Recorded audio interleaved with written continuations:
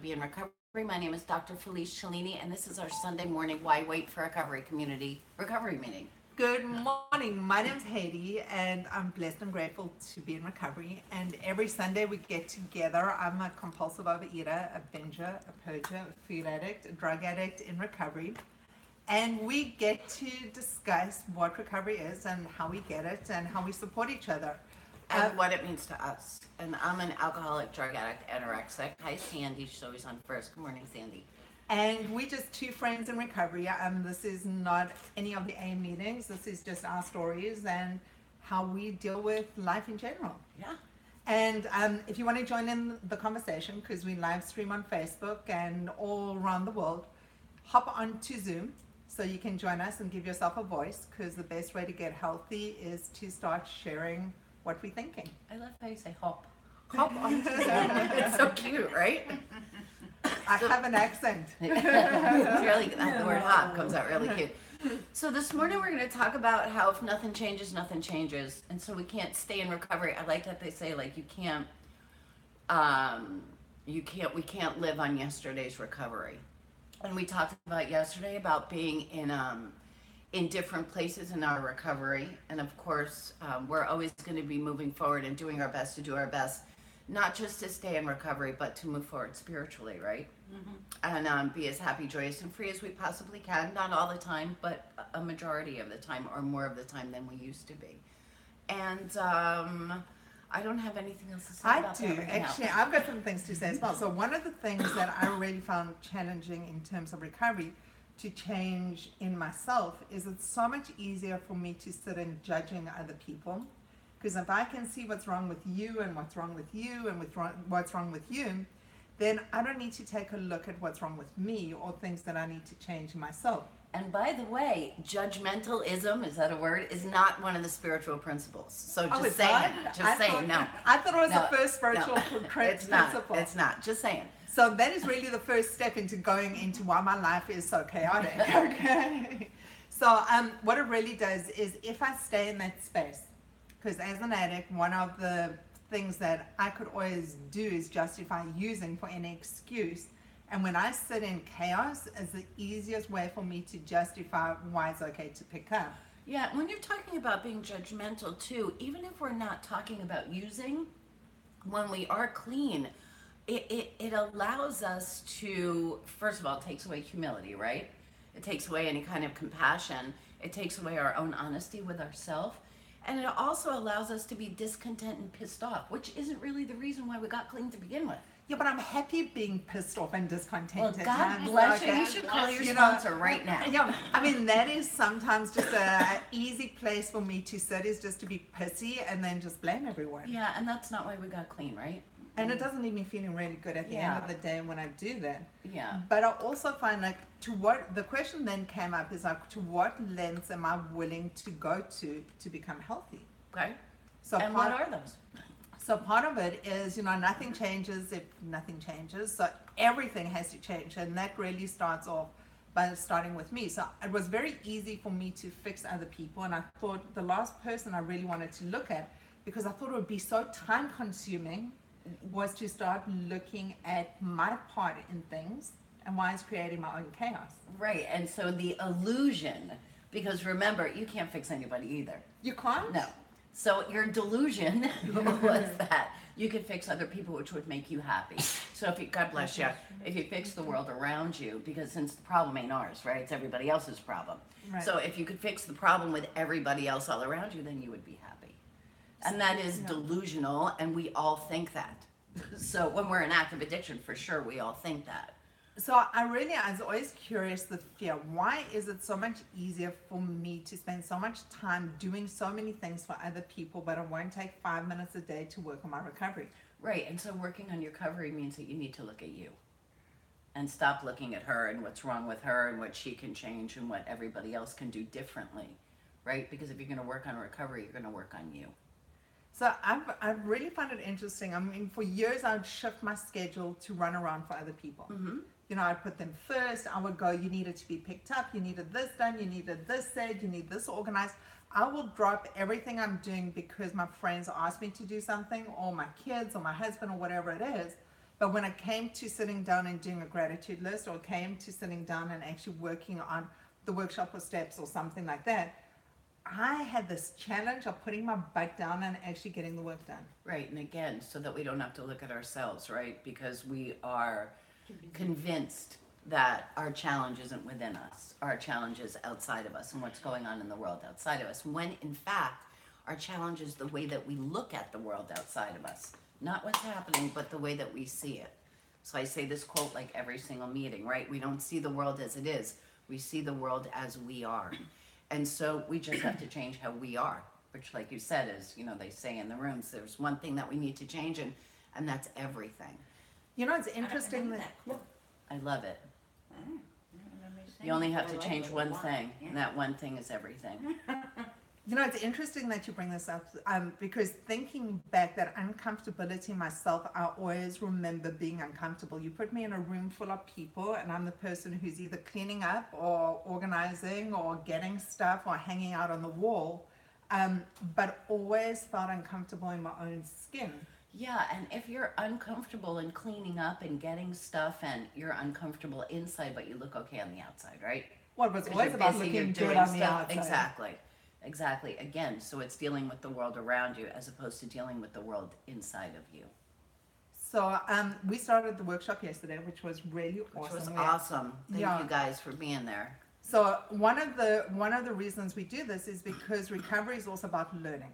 You know, it's about getting strength and hope and learning from each other's courage and our stories, because, you know, even though those stories differ a little bit, the feelings tend to be very, very similar. That shame, that guilt, that demoralization Yeah. all brings us together in a sense. So they're great opportunities for learning, and that's why I always encourage people who really want to start working on their recovery to step in the room, so that it's not so much watching a soap opera, because it's really very distant. You know, when we're watching on Facebook and we're watching on YouTube and these other things, it's like watching another episode of reality TV. You know, we can sit there and judge other people. Reality recovery. Reality recovery. So awesome. So it's so much easier sitting there and judging what is said here, and then going, well, I'll never do that, or I don't do that, Or I didn't do or that I didn't do that. without the yet part. With a yet part, exactly. So there's very little that I haven't done, in all honesty. And I never put that definitive then there, because I've learned that you never know what happens. Yeah, we don't know what our yets are. So, So I just wanted Sure. to give kudos to the Oh. people who did step up. kudos to you guys. So do you want to do a quick check-in? Sure, however you want to do it. You want to check in? Good morning. Good morning, I'm Dawn. Happy to be here today. You know, I'll tell you what I've been thinking about is Thinking. I've been feeling well, and content, and peaceful and happy. And so I'm wondering, am I not looking at something?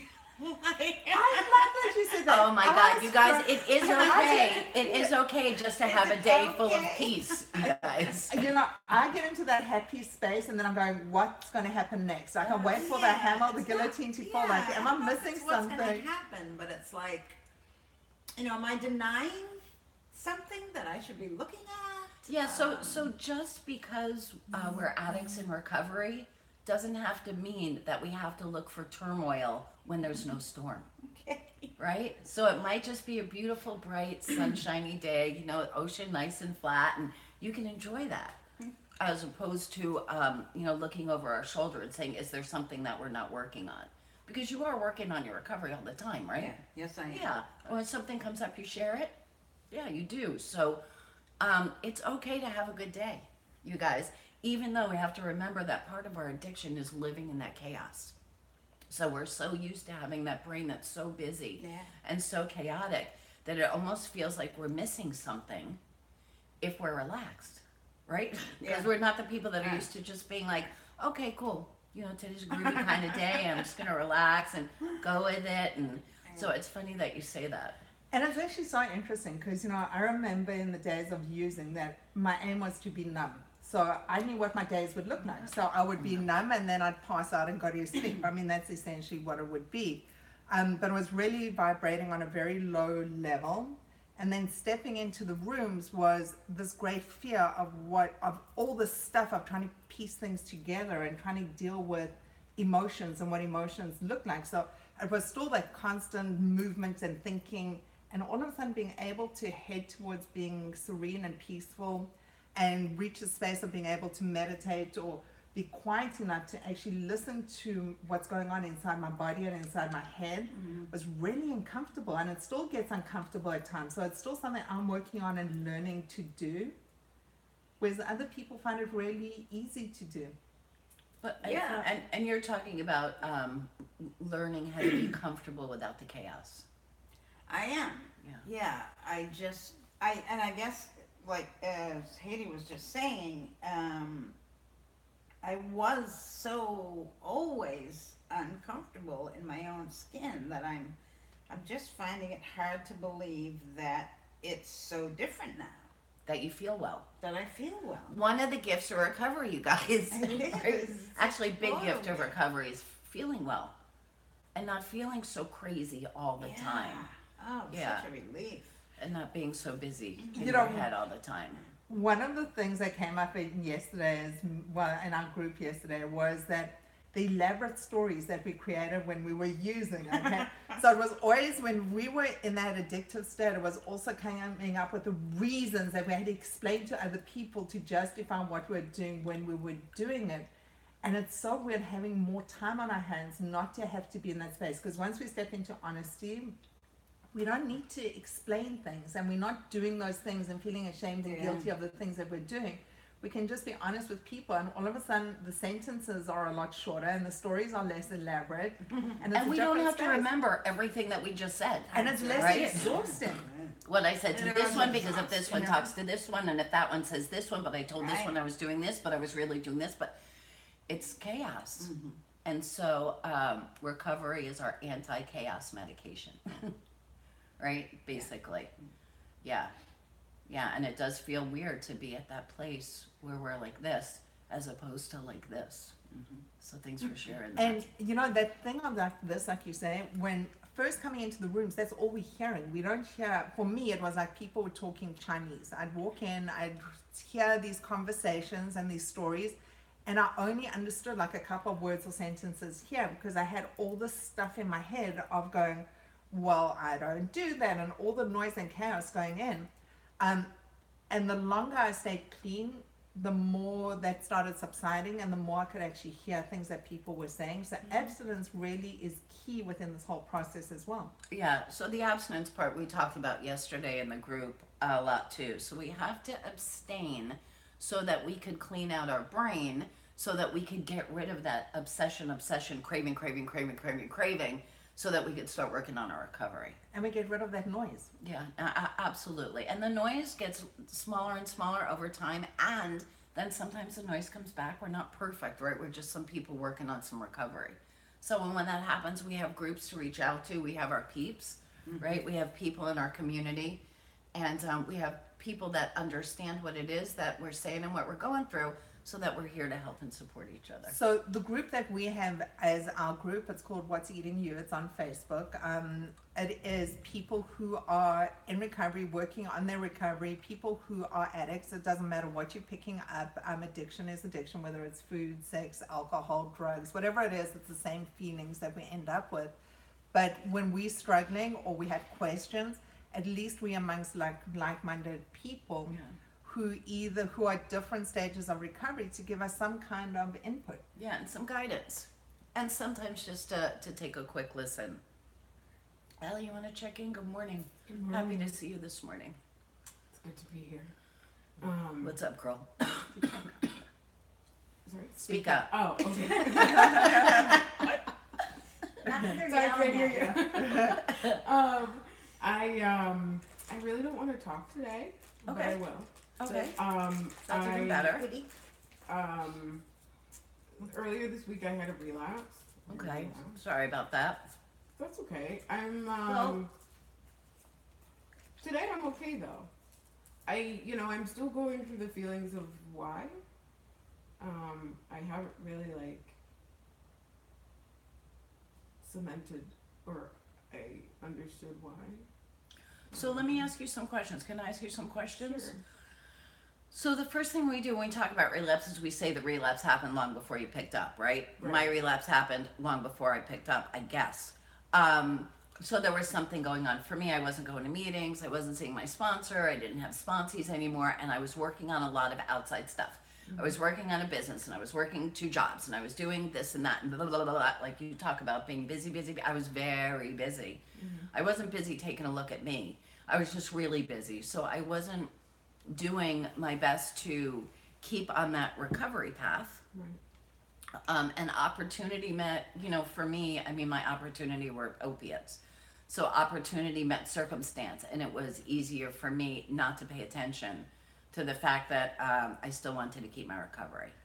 And so, with us, where we do, going to meetings, you guys, is amazing. If you're going to meetings not to socialize and actually going to meetings so that you're working on your recovery.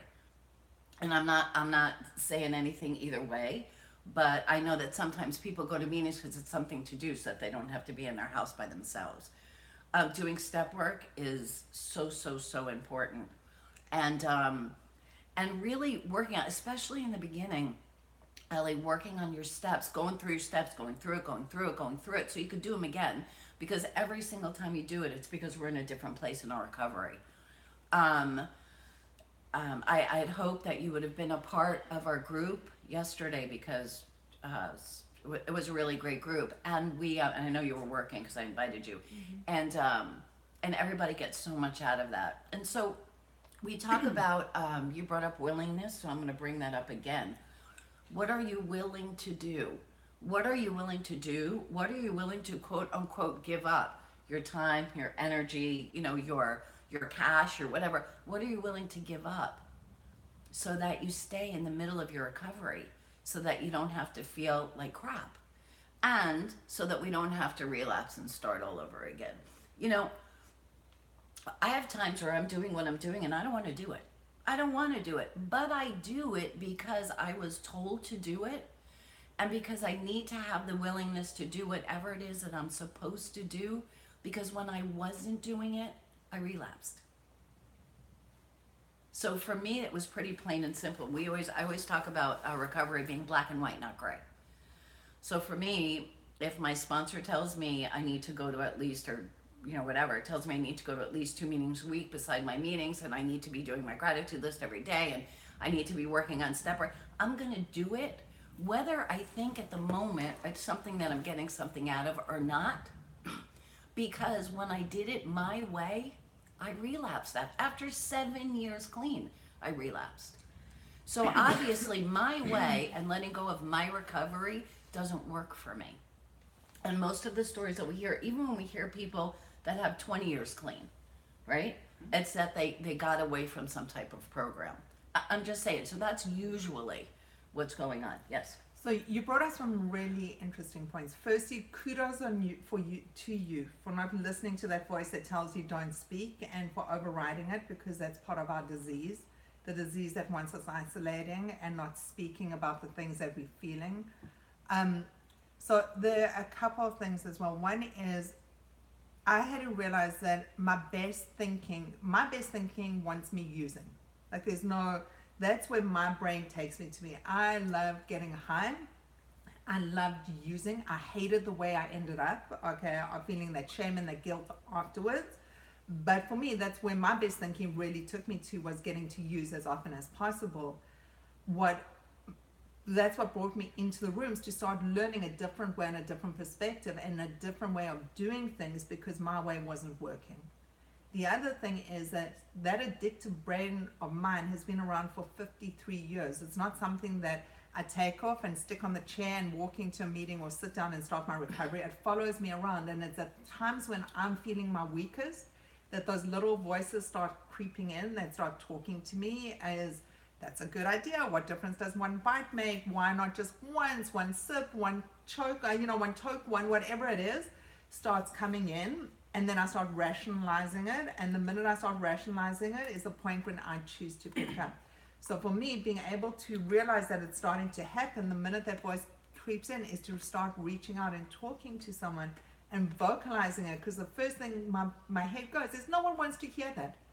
Why do you want to share that with anyone? Because they've got more important things to share. This is not insignificant. Whatever it is, these conversations that I have with myself are so demeaning, and they're so non-productive, and they take me to the same place. Because for me, until I really realized that my using, especially when it came to food, is so insidious, that I'm in a society that believes that food is not really an addiction, it's a necessity that you have to have all the time. And I personally didn't realize the severity of food addiction, and that it nearly killed me, and it does kill, because addiction takes me to the same place of either wanting to die or heading towards killing myself.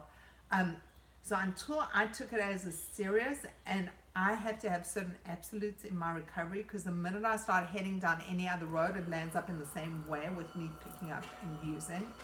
So it's a journey that we go on by ourselves.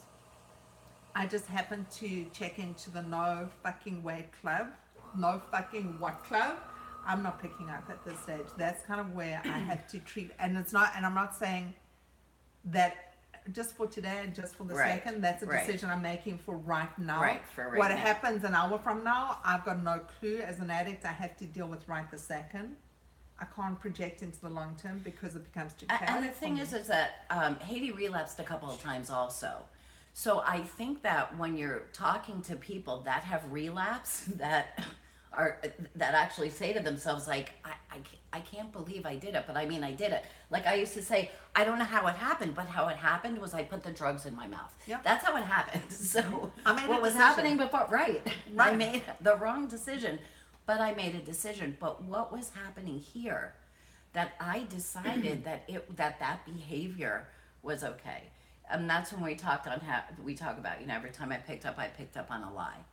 That nobody will know, or it's just going to be this once, or what's the difference anyway, or I'll start again on Monday. And really, especially with food, you don't pee test, for potato chips. So I do pee test, so you'd think it would make it even harder, but for some reason in my brain at that time, I could rationalize what it is that I was doing. And the only thing that I was doing different in my recovery in that time was everything.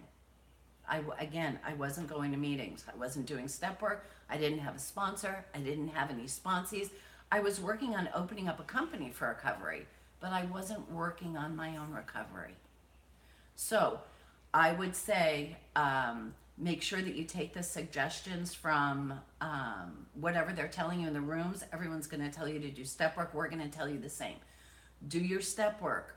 If you go to meetings to make sure you're listening to some type of message. Not that you're just going to hang out. Be as involved, especially in the beginning. Not that we need to be less involved later, but be as involved in your recovery as you possibly can. You can't sit in an algebra class and decide not to pay attention, right? Because you can't pass the test. It's a learning experience. And so your recovery is going to be the same. It's going to be a learning experience, and we do work, and we do tests, and we test ourselves. And thank you for telling us the truth. You always tell the truth. So thank you for telling the truth. I appreciate that. And you start over again. I think one of the things when it comes to food and food addiction is sorry, I just lost my train of thought altogether. When it comes to food and food addiction, we see it as something that can start up again, that it's not something that is as severe as a heroin addiction or as alcoholism or something else. The way that we play it out in our own heads is one of the reasons that it makes it one of the most dangerous addictions as well, because also it's one of those things that we can do in front of other people and it's okay, and people don't judge it, because most of the time we're with people who are doing it themselves. But that really isn't what I wanted to say, but I just had to follow the game. That's like part of my looking Okay, good thing. let's talk to Angeli. Angeli, good morning. How are you? I'm good. What's going on, girl? Nothing much. I know that you're helping out on the interwebs. Yeah. So, is there anything that you want to add? No. Okay. I think I'm good for now. If I have anything to say. Okay, you'll check back in. Yeah. Oh, I know what I wanted to say. Oh, I know what I wanted to say. So, for us, because I'm a serial dieter, so I always have been a serial dieter my whole life. So I always thought it was a question of willpower. I could never understand that food addiction was actually a disease. You know, when I speak to my friends who are heroin addicts, they love their parents. Like for the most part, I talk to them, they love their mother. Like their mother was a person who begged them to stop and stop and stop. And it didn't mean that they didn't love them any less because they didn't, or because they couldn't for a while and they kept relapsing. I love people in my life, but it's not the love of those people that keep me going.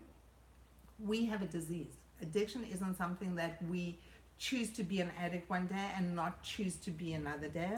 And I think part of that was my reservation when I first started coming in. And when I've relapsed twice. And for me, each time was a learning experience. And when I carry reservations into my recovery, those are the things that are going to take me out of my recovery if I'm not honest and true to myself. What are the things that I'm still holding on to that I don't want to let go of? Are the things that really are most detrimental to me. Yeah, which is really sucky, but that's the truth.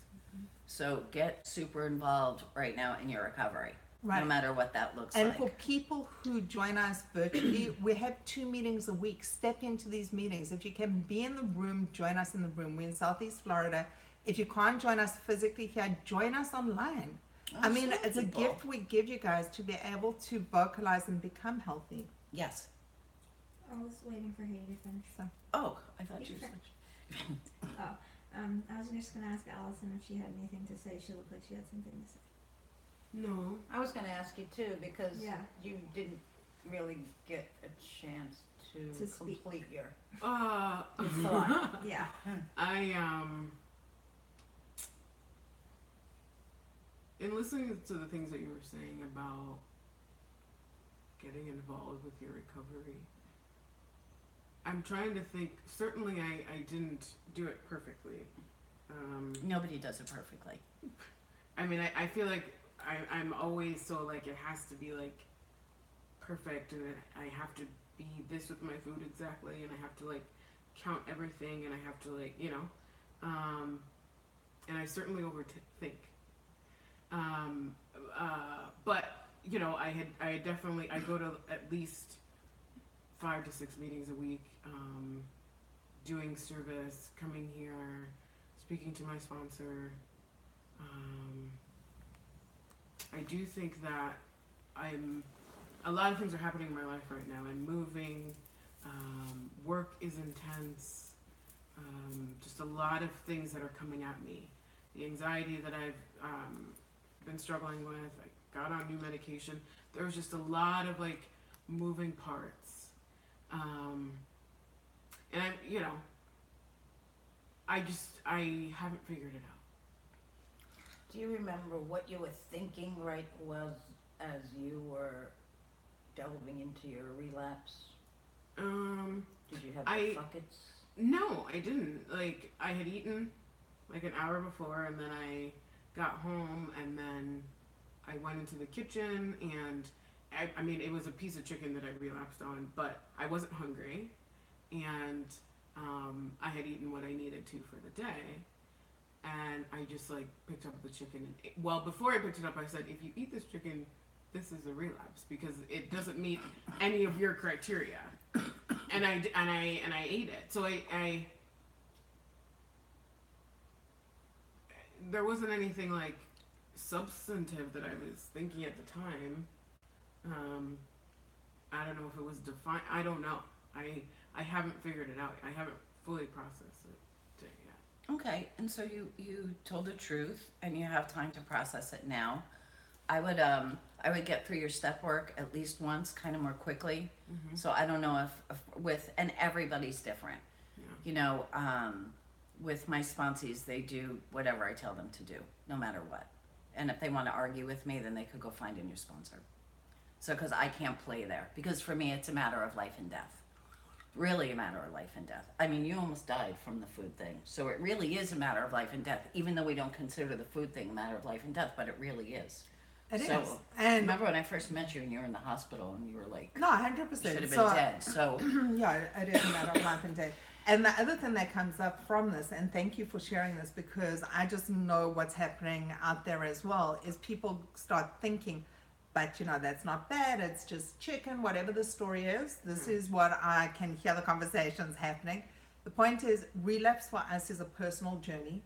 For those of us that are compulsive overeaters, or anyone who's had surgery, or any of us that have been in that place where it becomes a question of obsession, where it's a mind play and a mind game, is that point of where addiction is kicking in. And I'm saying this more for clarity for there rather than for your purposes. So anytime that it becomes something that it becomes that almost is not a willpower, but it becomes that the mind takes control over our actions, becomes a journey of ours. I had people judging my relapse and going, but that's not so bad. And the thing is, it was bad for me.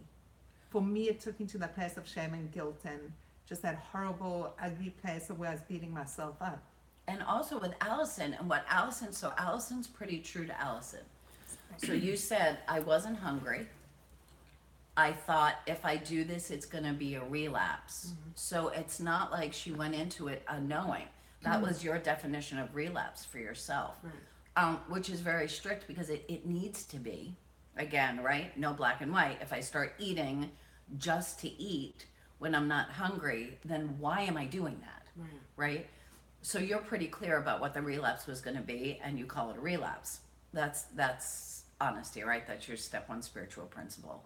So good for you for that. So for the people that don't understand, it's the alcoholic having one drink, because there's no such thing as the alcoholic having one drink, right? One is too many, 1,000 is never enough. It's our jump off the cliff point. So I might be capable of having one drink today, and I might be capable of having one drink next Tuesday, and next Thursday maybe I'll only have 2, and I can promise you next month I'm going to be in treatment somewhere. It's just the way that it works for us. With alcoholics and drug addicts, it's easier to see than it is with food. So telling on yourself with the food is it's tough, man. Like, it's good for you that you did tell on yourself, and that you get to start your recovery over again.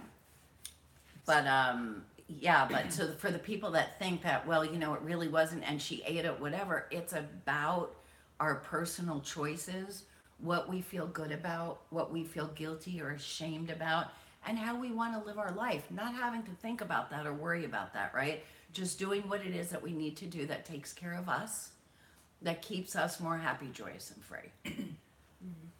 And it's interesting. I mean, for me, I found that I carry it in me for so long, up until the point that I spoke about it. And sometimes it would take me ages to talk about things.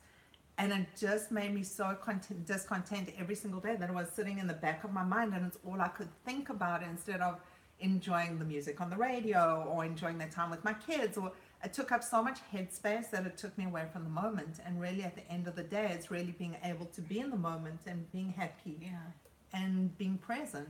And when we have this noise going on, it's really difficult to complete. Really So sucks. we have these questions of why do we talk during our meetings like this? This isn't a conventional, this is our meeting. This is a conversation. We get together to discuss recovery. We are not any formal or affiliated with any groups or any institutions or anything. This is two friends having a conversation with our friends in recovery. Karen, you want to share? Yes, in the realm of if nothing changes, nothing changes, I spent most of my life being involved in others' chaos, and my own too, but then would come home and use, and I'm talking great quantities of use in the food. So I'm actually doing the step work now for the second and third time concurrently, and part of the workshop and then with my sponsor. And so what I'm finding is that each time I do it, and each time I do each different step, I'm learning so much and so much more, and it's not like a one-shot deal and you're done. I see doing this ongoingly so that I can continue to grow and hopefully pull myself up to that happy, joyous, and free level. Thank you for sharing that. It's like, how when you go to your therapist for the first time and then you expect, well, I'm going to tell her what's wrong with me and then I'm going to be better. I'm going to be fixed. It doesn't really work like that. So thanks for sharing that, Karen. And Karen works really hard. So. And the other thing, thank you for bringing that up, is each time we do it, it's also a different focus and we see things differently. Aren't you finding that when you first did this Karen participates in our workshop, just so people know. Second workshop. The second workshop, actually, the first time you did it, didn't you come in with different ears and different eyes and a Oh, different... absolutely. Right. And so again, we don't see the world the way it is. We see the world the way that we are. So we're looking at the world through our own eyes. And as we grow spiritually, we grow spiritually. So as we're growing, we're looking at the world differently. So each time we do, Angelique's done step work a zillion times, and each time we do it on actually something different.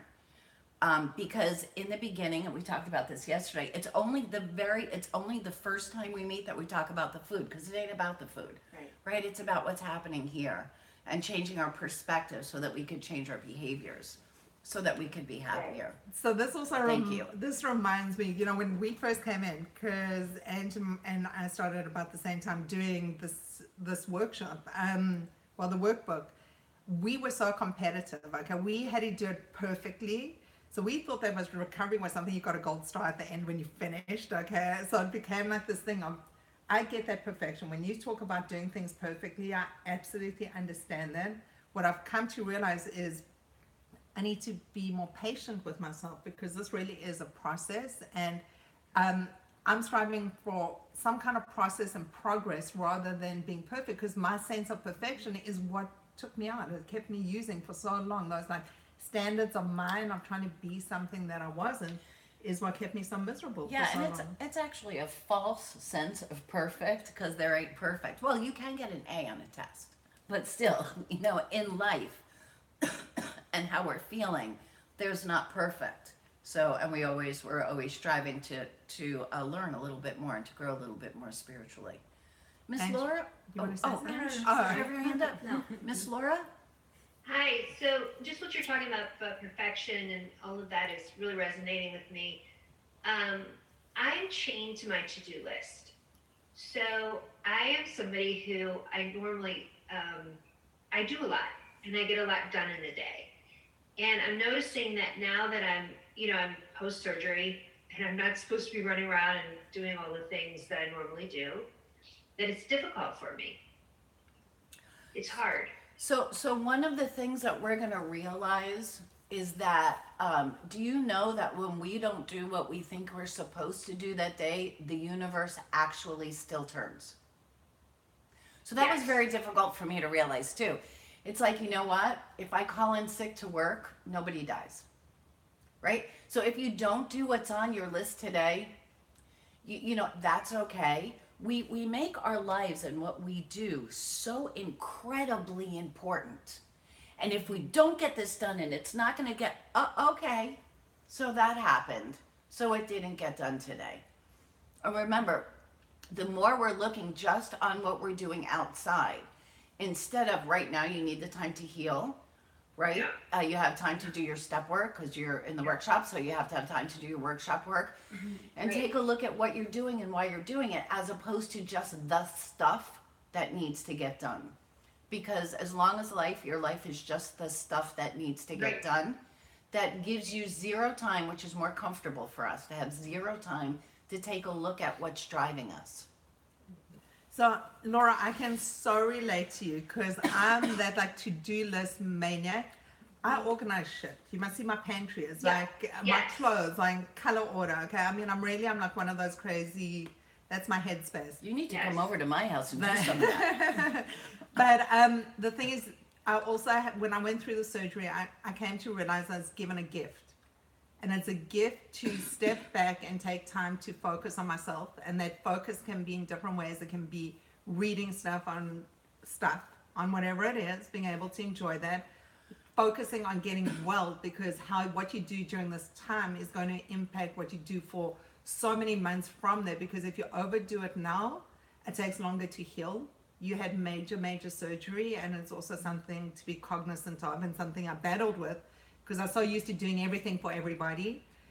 There's loads of YouTube videos. There are things that we can learn from and do things in a different way that we can still focus and grow in ourselves. And one of the things I started doing as well is journaling. I found that started helping me. And for someone who is a to-do list kind of person, I don't know if you're creative because there's art journaling, there's all different ways to do it. Why not look at developing something along those lines that can assist you in your recovery during this quiet time, this gift that you've been given? And this time can teach you a little bit of humility as well. As I said, the world is still going to revolve and rotate, whether you're doing something that you think you're supposed to do or not. You know, we're not talking about not paying your bills, right? We're talking about stuff to get done. So that stuff, it's okay that it didn't get done today. The universe didn't collapse because you didn't get something done today, right? We're not as important as we make ourselves out to be. Right. We're really not. It also gave me, I don't know what your situation is or who you live with or what things are like at home, but for me, it also gave me, it was a learning experience. I'd always done things for everybody else, and it gave me the opportunity to allow others to do things for me because it helped my kids make me tea and bring me tea or whatever it was. My husband was taking them to school. You know, other people stepped up, and it really also helped our relationship for me to be vulnerable and show a vulnerable side to the world, which is something I was really uncomfortable doing. Yeah. You know, Laura, a number of months ago, I downloaded a house cleaning app and set up all of these tasks. Yes. I have 61 overdue tasks now, and I don't care.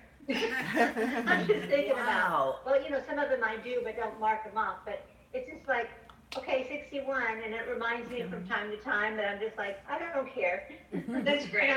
But I broke down my tasks to that fine a number to have 61 overdue. Is that ridiculous? So I guess that doesn't involve throwing your dirty laundry on the floor in your room. No, So it I'm doesn't. going to fail that test. I'm not going to be able to get through that one. And you know, when you do throw your laundry on the floor till the next morning, also the world doesn't collapse. Believe it or not. When I wake up in the morning, my clothes are still there, my room is still there, the people, everything's still there. I have a challenge with that. That's I would say that- okay. Yeah, That's no, okay. for me, it's funny, like people have different things that just Are important to that them. are important to them. To me, that's like one of I clean up this place before we have the meeting because that's part of my crazy. But I've come to love myself for being crazy. It's like one of my things. You know, for me, the most important things that I do, you know, is make sure that I tell the people that I love them today. Make sure if I'm thinking about somebody that they know that I'm thinking about them today. You know, it's so funny. I got Susan. Hi, Susan, best mom ever. I got Susan this little Mother's Day thing, but of course I didn't wait till Mother's Day to give it to her because I figure if I die tomorrow, she's never going to get it. But to let people know that when I'm thinking about them, that I was thinking about them. For me, those are the things that I got to get done, no matter what. So for me, if the laundry's on the floor, for me, it doesn't matter. For me. So for me, my most important things are to make sure that, you know, this one, make sure she texts me at night, you do your gratitude list, stuff like that, or to do things that I can spiritually, because again, when I relapsed, it was because I was doing stuff, but I wasn't doing that stuff. I was doing stuff physically, but I wasn't doing stuff spiritually. You know, I'm pleased that you brought up the gratitude list as well. When I first started walking, one of the times I came into recovery, I was very overwhelmed with the stuff I couldn't do because when I first getting clean and all the chaos and all the stuff, I really started feeling very ineffectual and very overwhelmed. But the one thing that I started doing that I found that I could do all the time was a gratitude list. So not only did it help kind of take me out of my head of my world is so bad and life is so miserable and this one hasn't done stuff, and focusing on what I'm feeling, it kind of takes my eyes and turns them outwards to be able to look at the little things that are around us and that are bigger than us, the beautiful sunsets, the whatever it is. So we do share our gratitude with each other. I mean, it's one of the things I'm just telling people who are new to our group, because we always have newcomers, is every day we share 3 things that we're grateful for and our strength for the day, and we either post it on What's Eating You, or I am it to each other, or we text it to each other. But every day we make a point of doing it. And in the beginning, I used to think it would take forever. I used to have this thing in my head, it will take me an hour to do, okay? It really takes me like 3 seconds to do. It's the quickest thing that once in the beginning, it seems to be like this personal struggle of, why do I have to do whatever the conversation is? It's a bullshit conversation. Just get it done, do it. You'll start after 90 days of doing it, and it's a 90-day challenge we give everybody.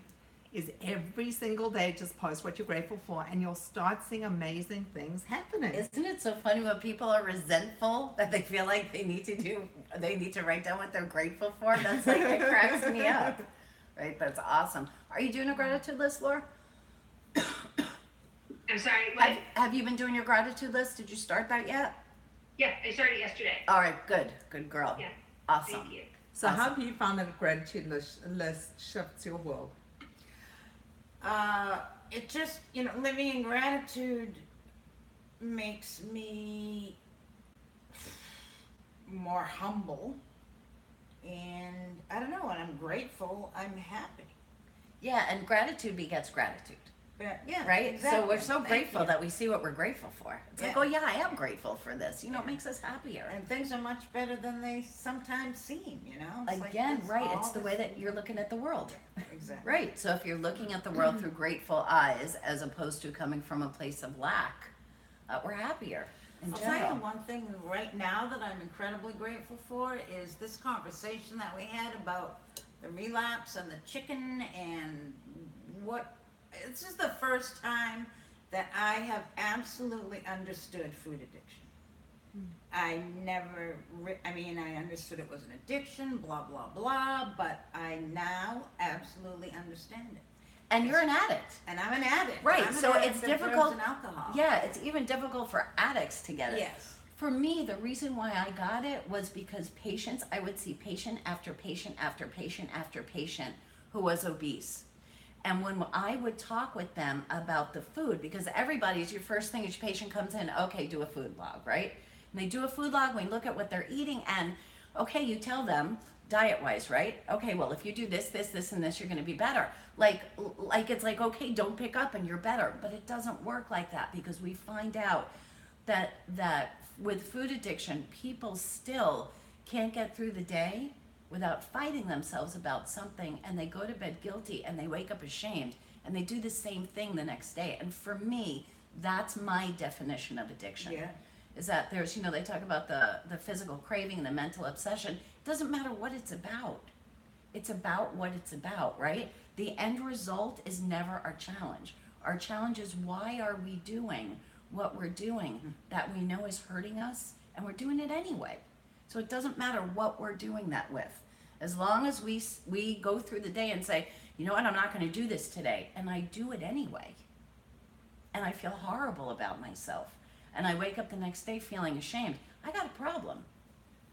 So you just gave me an idea. Well, it's an idea that we've kind of like been bouncing around with, but people, I get this feedback. I'm a gourmet. I'm a food gourmet. I love food. Okay, how can I live without food? I was a tequila and Wait, an wait, opiate gourmet. I got an idea. I was. I Okay. knew the best ones. So I think maybe we need to do a one-day workshop is, am I a gourmet or am I actually an addict? Okay, because I see people in the rooms that are there for one addiction. The one thing for me is when we start judging other addictions, like you step into a room specifically for that addiction, it works for some people, but some of us have cross addictions and we pick up other things and we are just addicts. It doesn't matter what we're picking up, our substance of choice changes according to what we think is okay at that time. At the time, right. So I think that maybe building awareness, because really our goal was really to start conversations and have more conversations about recovery, because there is an answer and there is a solution,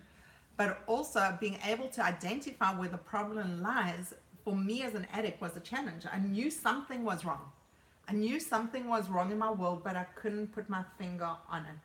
And the thing is, being culturally based on where I am, food was so much part of our world and so much part of not only our social lives, but our traditions and everything we did. It could never be food addiction because there's no such thing, but there is. Addiction is addiction. It's not the substance so much as the thinking and the feeling at the end of it. So I think maybe a one-day workshop would be a great idea, is let's start helping people identify if there is an issue, and if it is, they can choose how they want to deal with it. Yeah, so that'll just be eye-opening to decide, am I an addict or not, which is the first thing in the workshop, by the way, our first step that we talk about is, am I an addict, right?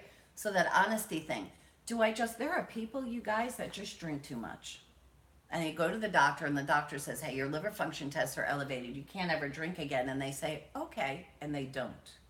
It's the same thing with We food. don't know those people. Right. Okay, go Some- figure. Not everyone who overeats is a food addict. You know, some Exactly. people are just, they just overeat and you tell them don't do this and they don't do it. Right, exactly.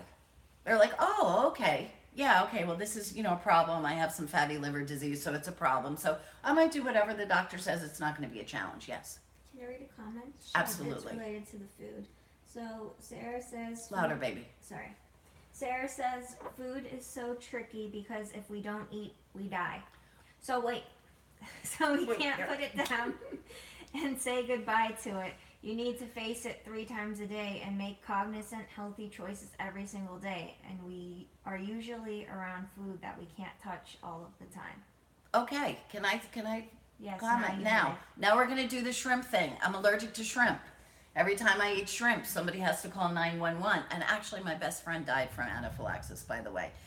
Every time I eat shrimp, somebody has to call 911, and hopefully I get some epinephrine in my leg, or I'm going to drop dead. Do you eat shrimp? If you go out to the seafood restaurant, do you eat shrimp? No, because shrimp can make you die. Do you eat dinner? Yes, you do. Do you have to eat the shrimp? No. Did anybody die? Anybody in this room die from not eating rice, bread, potato, or pasta? Has anybody died from that yet that we know of? No, we haven't found anybody that died from not eating starch. So just because it's there, that's like saying, well, on Passover, everybody drinks wine and it's there at the table and it's there in front of me and it's part of the tradition. And so God's going to be upset if I don't drink wine. Bullshit. Bullshit. I'm going to call bullshit on that. And that's when we talk about recovery being black and white. First of all, you could do whatever you want to do. Everybody out there, you have a choice. You could do anything you want to do. You could choose to use or you could choose to stay clean. You can choose to go to breakfast with people and have an egg white omelet and some sliced tomato. You could choose to go out to lunch and have the Caesar salad and not eat the croutons. You can choose to go out to dinner and have the salmon and the asparagus and the salad. Those are like my favorite foods, by the way. But so you can choose for dessert to have some sliced strawberries. You can choose that. It's your choice. You're not a victim. Just because we have to eat doesn't mean that we're victims. Does anybody have a challenge with that? No, but I'd love to add something. Okay. So After my rant, you're I gonna do, add because the something? last Okay. time I had starches was the 17th of February, 2017. I mean 2016 was the day You're not before my dead yet, surgery. right? I'm not dead yet, but the thing is as well is I eat unbelievably delicious Yummy, you food. cook for But me. also the other thing is I'm an addict, so I really have to keep things extremely simple. And the minute I start getting into these head games of what if I swap almond flour to make something that looked like something that I used to want to have and eat and all this kind of shit. So it's driving me crazy that I really have to keep things so simple. Because at the end of the day, I can either focus on living and being happy and enjoying my day, or I can focus on the stuff I'm putting in my mouth. And if that becomes my focus, all I'm doing is counting down to my lunch and to my snack and to my dinner and to my breakfast. And that is all the stuff that's going around my head. And then next thing I know, I'm hiding wrappers in my car and throwing them out before anyone gets into my car. And I'm doing the drive-through and I'm back in this crazy headspace. So for me, simplicity is key. And I have got my absolutes because, do you know what? I've done enough research out there to know that I've gained and lost over 600 pounds in my lifetime, and I know what happens when I start picking up those foods that I'm allergic to, and how I start feeling guilty and ashamed, and I turn into a first-class bitch. And so we're talking about coming from a place of abundance as opposed to coming from a place of lack. Wow. You know what? Later I'm going to go out to dinner with my friends and we're going to go to this place and the salmon is so delicious. I can't wait to get it with the salad, nice crispy salad, as opposed to, oh, I'm a victim. I'm going to go out with my friends. She's going to eat the spaghetti and You I'm can't not have the gonna birthday eat cake. it. I can't have any. Who gives a shit? It's food. It's stuff to sustain us. It's not stuff to give us a buzz. And if we have to spend all of that time thinking about, oh, poor me, this is what I can't do, turn it around. Wow, look at how fortunate I am because I'm healthy and I'm happy. You'll get over listen, in the beginning, everyone who's abstinent hates themselves and everybody else around them because they're abstinent. We do. because we're still in that chaotic, crazy addiction headspace. Everybody is like that, so that doesn't make any of us unique. We clean out the receptors, we spend some time on recovery, and we realize that it's not what we're picking up, it's why we're picking up. So we get abstinent to clean out the receptor, we step into recovery so that we can get recovery and then not pick up. And it's just something else came to mind. It's not always just about us that it's difficult. I've been married 20 years this year. For my husband, we had a certain process. Like, we'd go out and eat. That was the thing that we did. I had my surgery. I'm not that interested in food. I'm looking for other things to do, but he's used to me being in a certain way. So we'd go out, we'd share dessert, we'd do whatever it was. So for him, he's also going through a certain element of loss of how to deal with things, because my life has changed. He's not a food addict. He's an earthling. So there's also sometimes it's a transition, not only for us, but the people that love us and that are involved in our lives as well. But irrespective, I'm not going to pick up to make him happy or what I think he's going to be happy. Codependency. Yeah, exactly. That codependency thing is what kept me sick for a long time as well. And it gives us an excuse to stay sick. Right. Well, I don't want to make my husband unhappy. Would you like me to read Sarah's reply? Sure. Okay. Hi, Sarah. Hi, Sarah. She says, I hear both of you, however, I still feel that if it's alcohol, you trash it or lock the wine cabinet, but food is tricky, sticky, and involves brain work and decisions, and it's most difficult in my humble opinion, yet it's still worth being abstinent. Love you guys. Yeah, and so of course, is it easy? If it was easy, you guys, everybody would be doing it. If it was easy, 65% of the population wouldn't be overweight, and 35% of the population wouldn't be diagnostically morbidly obese. Morbidly obese. The word morbid means I'm going to get sick from. Morbidly obese means because of my body mass index, I'm more apt to be diabetic and have fatty liver and have high triglycerides and have all of the great stuff that goes along with those, and heart disease, all of the stuff that goes along with that. And so, again, if you wake up in the morning, you don't never have to think about your food, and you eat whatever you eat, and and you don't feel guilty, you don't feel ashamed, you're probably not a food addict. Probably not. Maybe you are, but probably not. Maybe you're just in denial. But if it's something that you're thinking about, something that causes guilt and shame, then you want to think, we have to have one of those questionnaires. Can we put out a questionnaire? We've got one. Let's put that out this we've got week. one. If you In need to fact, it's check, right be here. honest with you. You don't have to do it with us, but we'll put out the questionnaire. If you check, just like they do in the doctor's we've got offices, right right? here. Right here, we have it right here. So Yeah. we're gonna post one of those. Okay, And perfect. by the way, Sarah's watching us from the Triborough Bridge on a bus in New York City. Show the whole bus, Sarah. Right. Yeah, exactly. Wow. So- Exactly. I just want to tell you, my first 30 days of abstinence, I counted every single second. They were the longest 30 days of my life. Okay, can I tell you, it was not easy. But the thing is, I didn't pick up. And every single day it was difficult, but it became easier the longer I stayed clean. It's not easy. And if there was a pill I could have taken to make it easier, I would have taken 100. And I took the surgery because I thought it would be the easy way out. Right. So there's no quick fix. Recovery is a process, and it's something, if we're willing to do the work for others, what are we willing to do for ourselves? Good point. Actually, that's something we could put up online too. You guys, I'm going to read from the big book of Alcoholics Anonymous, the promises, because these promises do come clean. If we are painstaking about this phase of our development, we will be amazed before we are halfway through. We are going to know a new freedom and a new happiness. We will not regret the past, nor wish to shut the door on it. We will comprehend the word serenity, and we will know peace. No matter how far down the scale we have gone, we will see how our experience can benefit others. That feeling of uselessness and self-pity will disappear. We will lose interest in selfish things and gain interest in our fellows. Self-seeking will slip away. Fear of people and of economic insecurity will leave us. We will intuitively know how to handle situations which used to baffle us. We will suddenly realize that the universe does for us what we can't do for ourselves. Are these extravagant promises? We don't think so.